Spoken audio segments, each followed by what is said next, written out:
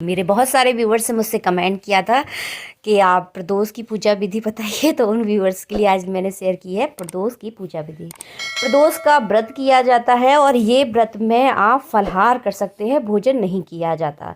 तो फलाहार आपकी इच्छा है, आप एक बार करना चाहते हैं, 2 बार करना चाहते हैं, देखिए जी अपने अपने सामर्थ्य के अनुसार तो आप कर सकते हैं। फलाहार में जो सारी चीज़ें खाई जाती हैं उपवास में, वो सारा सब कुछ खा सकते हैं। नमक निषेध रहता है, नमक फलाहार में नहीं खाया जाता। अब इसके बाद चलिए मैं आपको दिखा देती हूँ पूजा की सामग्री। तो देखिए धतूरे के गट्टे हैं, ये है सेमी पत्र है, बेलपत्र है, अकौआ के फूल है, फूल, बेलपत्र और पंचामृत, कलावा, जनेऊ, ये सारी चीज़ें ज़रूरत होती है पूजा में।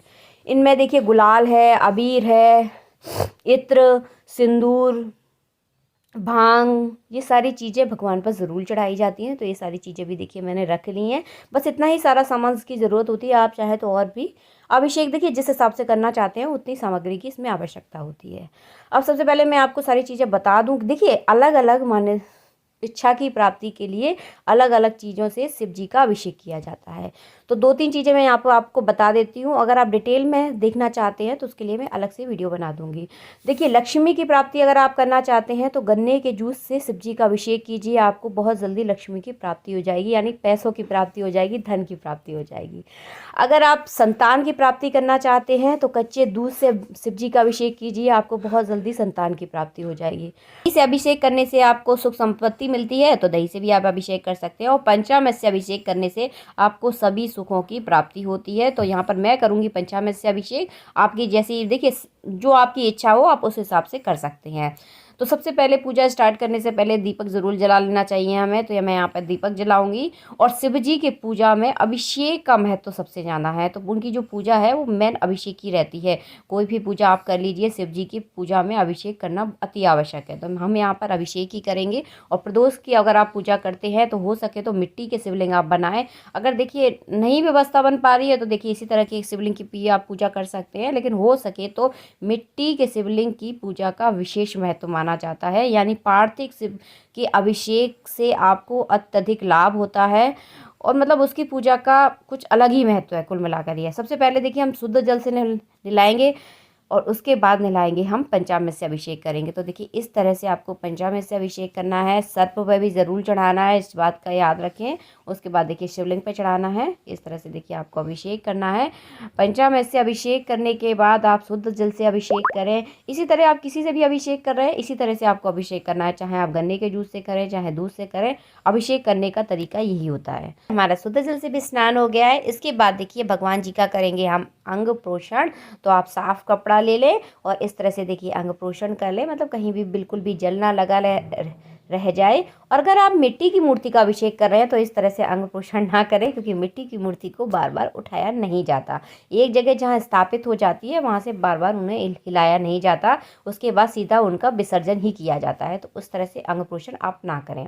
देखिए फिर इसके बाद लगाएंगे हम इत्र। अगर मिट्टी की मूर्ति पर अगर आप इत्र लगा रहे हैं तो कॉटन में इत्र लगाकर मिट्टी की मूर्ति पर रख दें। इस तरह से इत्र लगाया जाता है। अगर इस तरह की मूर्ति पर अगर आप इत्र लगा रहे हैं तो अच्छे से आपको मसाज करनी है। तो देखिए इस तरह से मसाज कर दें अच्छे से। जलहरी में भगवान शिव की पिंडी पर अच्छे से आपको, शिव जी बहुत जल्दी प्रसन्न होते हैं इत्र लगाने से, तो इत्र की मसाज आप ज़रूर करें। तो देखिए इस तरह से हमें मसाज करनी है। इसके बाद देखिए आप त्रिपुंड लगाएंगे, यानी चंदन लगानी है। भगवान शिव को त्रिपुंड लगाया जाता है। और देखिए सबसे पहले उन्हें बेलपत्र का आसन देना बहुत अति आवश्यक है। तो यहाँ पे देखिए इस तरह से बेलपत्र रखा जाता है, हमेशा उल्टा। चंदन लगा दीजिए और उल्टा रख दीजिए। देखिए इस तरह से हमें बेलपत्र के ऊपर शिव जी की पिंडी को स्थापित करना है। देखिए हमारा चंदन भी लग चुका है। इसके बाद करेंगे हम भगवान शिव पर वस्त्र अर्पण करेंगे। तो वस्त्र में हमेशा आपको बताती हूँ 2 वस्त्र अर्पण किए जाते हैं, धोती और दुपट्टा। उसके बाद देखिए जनेऊ अर्पण कीजिए आप भगवान शिव को। तो देखिए हमने जनेऊ में आप थोड़ी सी हल्दी ज़रूर लगा लेना, इस बात का याद रखना। देखिए इस तरह से हमने जनेऊ अर्पण कर दिए हैं। जनेऊ के बाद आप चावल ज़रूर चढ़ा दें, हमें याद नहीं रहा था, चंदन के बाद आप चावल को आपको ज़रूर चढ़ाना है। तो देखिए चावल चढ़ा दिए हैं हमने। इसके बाद आप बेलपत्र चढ़ाएंगे। तो बेलपत्र पर आप चाहे तो ओम लिख सकते हैं, आप चाहे तो अगर ओम नहीं लिख रहे तो इस तरह से आप चंदन ज़रूर लगा दें। साफ़ कर लें और जो ऊपर की डंडी होती है उनको ध्यान से तोड़ लें।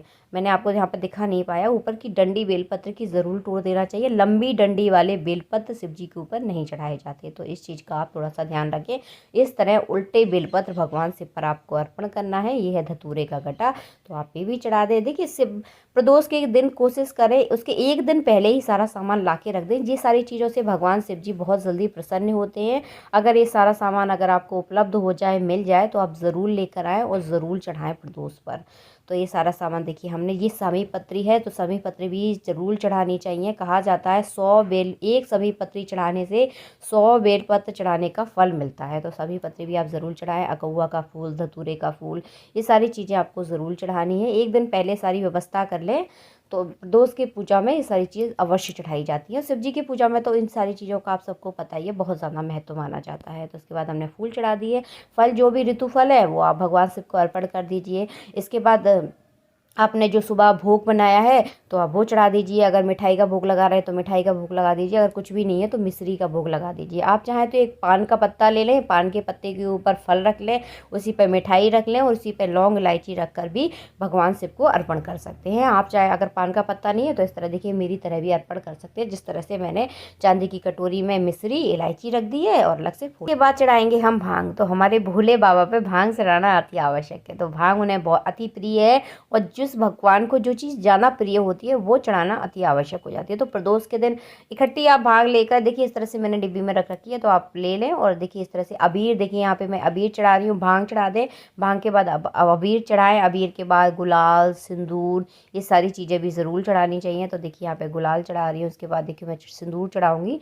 तो ये सारी चीज़ें आप ला के रख लें, पूजा में अति आवश्यक होती है। हर पूजा में ये सारी चीज़ें ज़रूर लगती हैं। पूजा करने के बाद ये सारी चीज़ें आपको अवश्य चढ़ानी चाहिए, कि कोई भी देवी देवता हो, सारी चीज़ें ज़रूर लगती हैं। तो ये सारी चीज़ें आप ला के रखें अपने घर में। और देखिए हमारा हो गया है पूजन।